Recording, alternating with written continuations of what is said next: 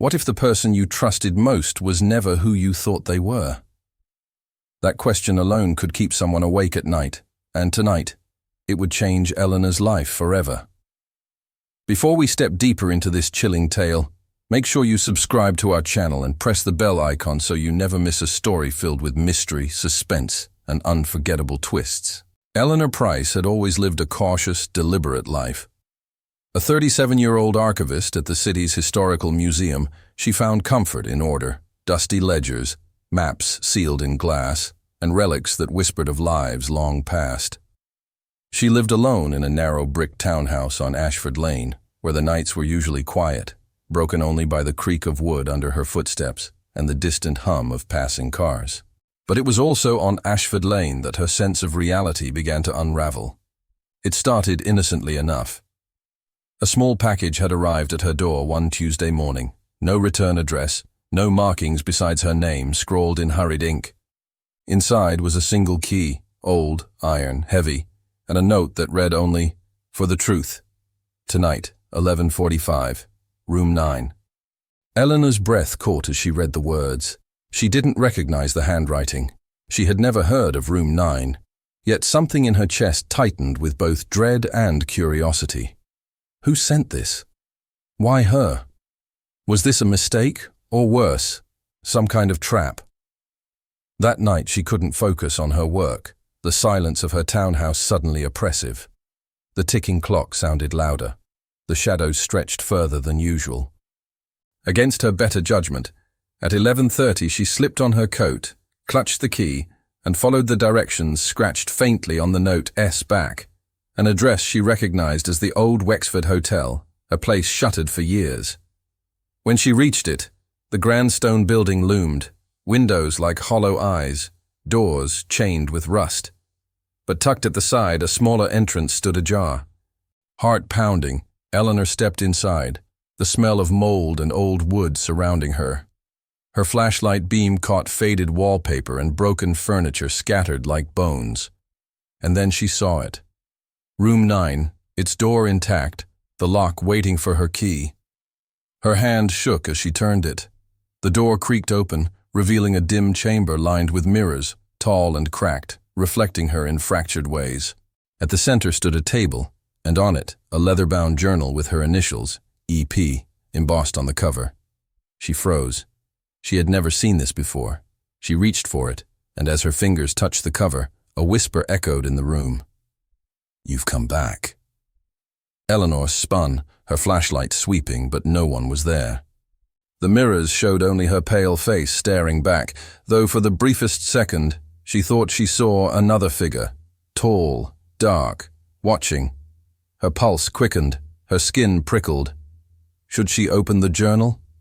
Subscribe now and press the bell icon, because what Eleanor was about to discover would change everything she thought she knew about her own life. Inside the journal were entries written in her handwriting, yet describing events she had never lived, dinners with strangers, journeys to distant towns, conversations with people she didn't know. But the detail was so exact, the dates so precise, it was undeniable. She flipped to the last page. The entry was dated tomorrow. It read, "I will remember the truth. At last." The air grew colder. Eleanor backed away, her light flickering. Another whisper. "Do you want to see?" This time it came from the mirror directly in front of her. The reflection no longer moved as she did. It lingered a heartbeat behind, then smiled when she did not. Her knees nearly gave way. Hook 1. Who had written this journal, and why was it in her handwriting? Hook 2. Why did her reflection act independently? Hook 3. Who was whispering in the room when no one was there? Desperation clawed at her mind. She slammed the journal shut and bolted from room 9, the door clanging behind her. She didn't stop running until she reached the safety of her townhouse. But when she flicked on the light, she froze. The journal was already on her kitchen table. The next day at the museum, Eleanor tried to distract herself with work, cataloging relics, but her thoughts drifted. The journal's final entry haunted her. That night, sleep evaded her. And when she did drift off, She dreamed of standing in room 9 again, surrounded by shadows whispering her name.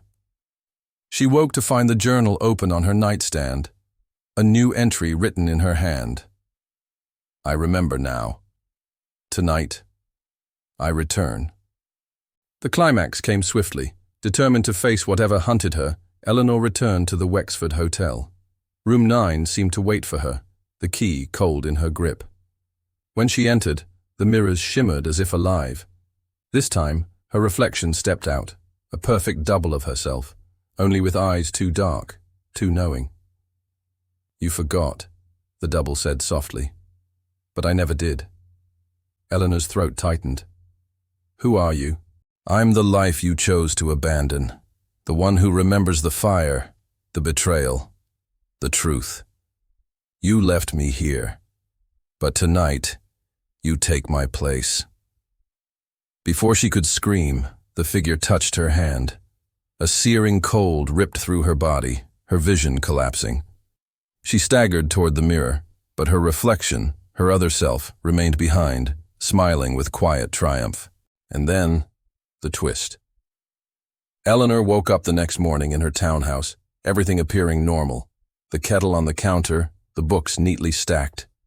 But when she looked in the mirror, she realized with horror, she was no longer in her own body. She was trapped inside the reflection, watching silently as her double moved freely in her life, smiling, waving to neighbors, walking out the door as if she had always been the real Eleanor. The mirror Eleanor banged and screamed, but no sound came, only silence. And the journal, now resting in her double's hands, began to write itself. She remembers now. So the next time you glance into a mirror, pause. Look closely. Ask yourself, is that really you looking back, or the one who has been waiting for your place all along? If this story left you unsettled and eager for more, don't forget to subscribe and press the bell icon so you never miss our next tale of mystery, suspense, and chilling twists. Because sometimes, the scariest stories are the ones that start when you least expect them.